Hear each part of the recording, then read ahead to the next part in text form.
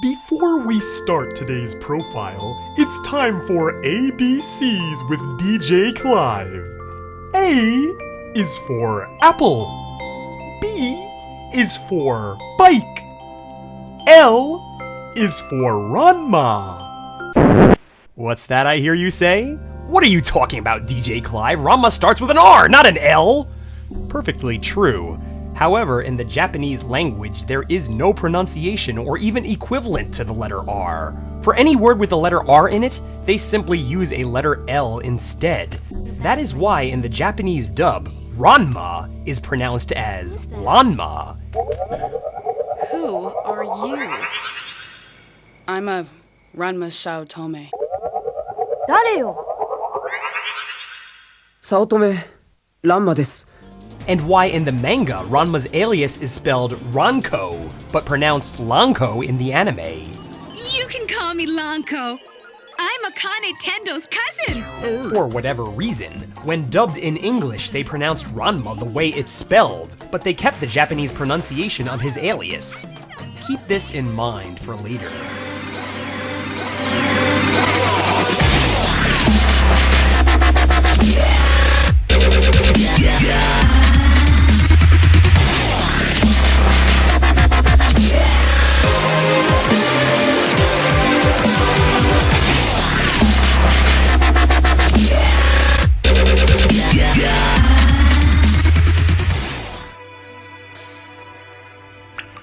Anyone who knows Ranma 1/2 knows how things roll at Furinken High School. The sounds of yelling and shouting fill the air as a crowd of irate schoolgirls chase after the midget panty thief with brooms. The chase usually ends with Ranma getting the drop on the thief, followed by the girls clobbering him. But suppose by some improbable fluke of nature, the culprit was not the 300-year-old Happosai, but rather a pint-sized, dark-haired little boy. Well, believe it or not, this very thing happened once. And, surprisingly enough, the little brat made nice with the little old turd. Even went so far to save him from the crazed females and share the goods with him.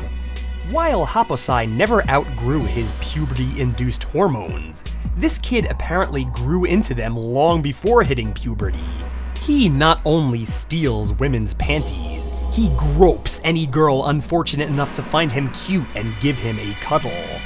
But there is more to this little brat, who answers by the name of Rakutaro than simply his perversions. In the style of Sotatsu Jkein, wherever he goes, he carries around a giant paintbrush on his back. And despite being short enough to stand up to crawl under a chair, he shows no difficulties in wielding it. He swings it around with the same ease Ryoga has wielding his umbrella. And he has no shortage of special attacks. With his lightning-sharp pen, he zips past his opponents with a single swipe and disappears, leaving no trace but a humiliating doodle on the person's face.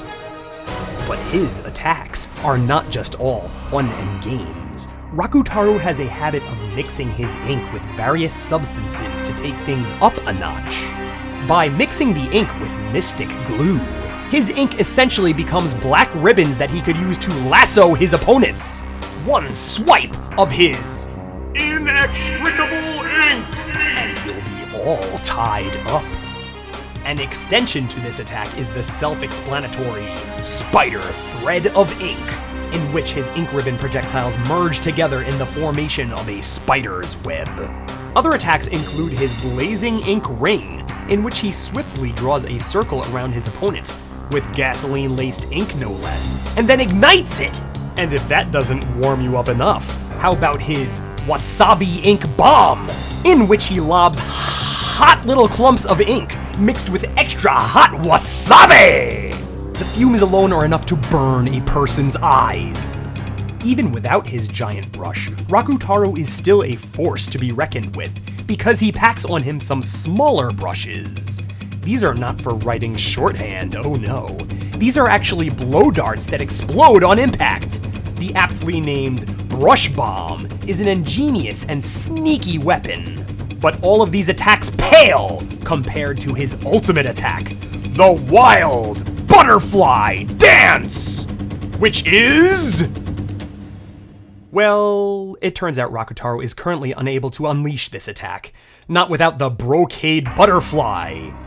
Let me tell you the story. When Rakutaro came into Happosai's life, he presented him with a letter from a friend who he had not heard from since he was 18 years old. It turns out Rakutaro was the great-grandson of Happosai's best friend from childhood, Rakkyosai, or Luckosai, depending on your pronunciation, hence the nickname Happy had for him, Lucky. The letter instructed Happosai to look after Rakutaro. Happy was overjoyed and took it upon himself to train the little brat as his disciple. But while at first Rakutaro seemed to get along quite well with his equally perverted master, behind his back, the kid would search Happosai's belongings for the brocade butterfly, and even fight Ranma for it, who of course had absolutely no idea what he was talking about. Much like us, actually. What is the brocade butterfly? It is, well, as Happosai tells us, a block of sparkling rainbow-colored ink that was given to him by Rakkyosai as an expression of their friendship. That was the last time Happosai ever saw him, and now he treasures it as a symbol of his youth. But, of course, this is Happosai we're talking about here. Being the pathological liar that he is, nothing he says can be trusted. According to Rakutaro, Happosai came into possession of the brocade butterfly when Rakkyosai merely showed it to him as if to say, "See, look what I got." Happy then betrayed their friendship when he struck Lucky in the head with a mallet and took the ink from him, never to be seen again. Yeah, that sounds a little bit more plausible. Now, after all these years, it is up to Rakutaro to steal it back. What ensued was an ongoing back and forth between the two. As the two tiny perverts took chunks out of each other, Ranma constantly found himself caught in the crossfire, all the while baffled by Rakutaro. Despite being at the age when he is supposed to think girls are icky, not only does he go around groping anything with a double X chromosome, but his fighting abilities are perfectly on par with Happosai, a man with 300 plus years of martial arts experience behind him. Almost like the little brat is fully qualified to be a master himself, rather than a disciple. Ranma just couldn't put his finger on how, or why. He finally got his answer when he used their common weakness against them, after Ranma turned into a girl and flashed his boobies at the two. The two sick bastards stopped fighting each other long enough to cop a feel, upon which Ranma held them there tightly and dove into a pool of hot water in a bathhouse, crushing the two with his bare man pecs. Hoorah! But when he released the two, where he expected to find a spoiled hornball brat, Ranma instead found a second disgusting pint-sized old man, a more grouchy-looking clone of Happosai. So it would seem, Rakutaro's letter from his great-grandpa wasn't just a convenient cover story. His identity and age was all a fantastic hoax.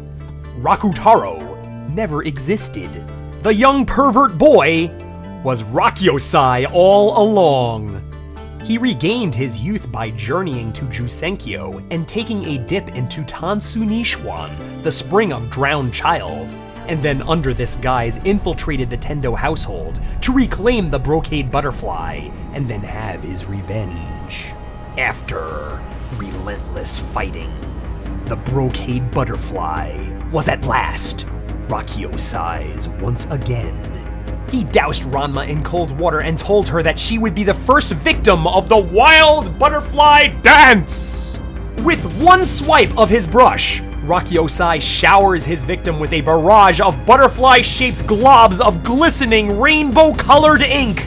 And then, with a blank sheet of paper, he takes a breast print.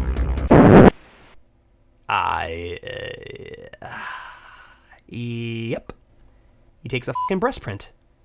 Yeah, right. So it turns out, the brocade butterfly was never intended as a weapon of mass destruction, nor was the wild butterfly dance even intended as an attack. It turns out, fiddly-dee, Rakkyosai only invented the brocade butterfly because he wanted to take breast prints of every woman in the world. Isn't that surprising? You know, usually this would be considered a spoiler, but considering we're talking about Happosai and his ilk, did you really think it would be any other way? Yeah, I thought not. This has been a Ranma 1/2 character profile! Special thanks go out to H. Trey King 17, Animate 84, and Super Bad Speller for the requests. This profile was brought to you in part by JW Studios and by Shade.